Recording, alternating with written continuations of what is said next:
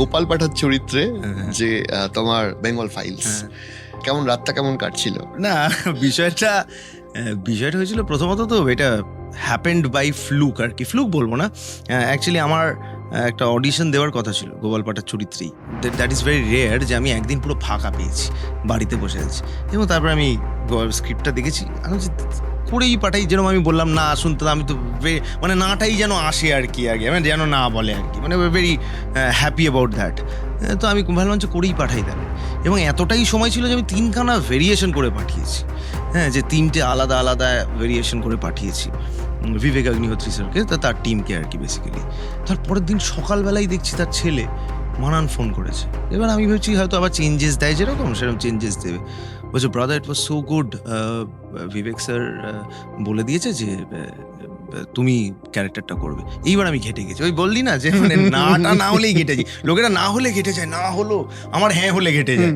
তো আমাকে বললো যে দেখো এটা চরিত্রটা অতটা বড় নয়, যে যারা বেঙ্গল ফাইলস দেখেছে যারা জানে আর কি, সবাই একটাই বলেছে কেন তোমায় আরও বেশি রাখলো না, হ্যাঁ, কিন্তু 3 দিনের কাজ, হ্যাঁ, কিন্তু তোমার ভেরি ইম্প্যাক্টফুল ক্যারেক্টার। তো তারপরে আমি শ্যুট করাতে গেছি, শ্যুট ভালো হয়েছে, খুবই হ্যাপি, ফিরেছি। তারপরে এই যে পুরো আকাশটা হবে, হ্যাঁ, সেইটা ভাবতে পারিনি। করে তো প্রচণ্ড ভালো লেগেছিল। এবার তুমি একটা জিনিস করলে তো তুমি চাও সবাই শালা দেখুক, হ্যাঁ, এবার সেইটা তো দেখছি যে ব্যান ফ্যান হয়ে একাকার অবস্থা ভাই।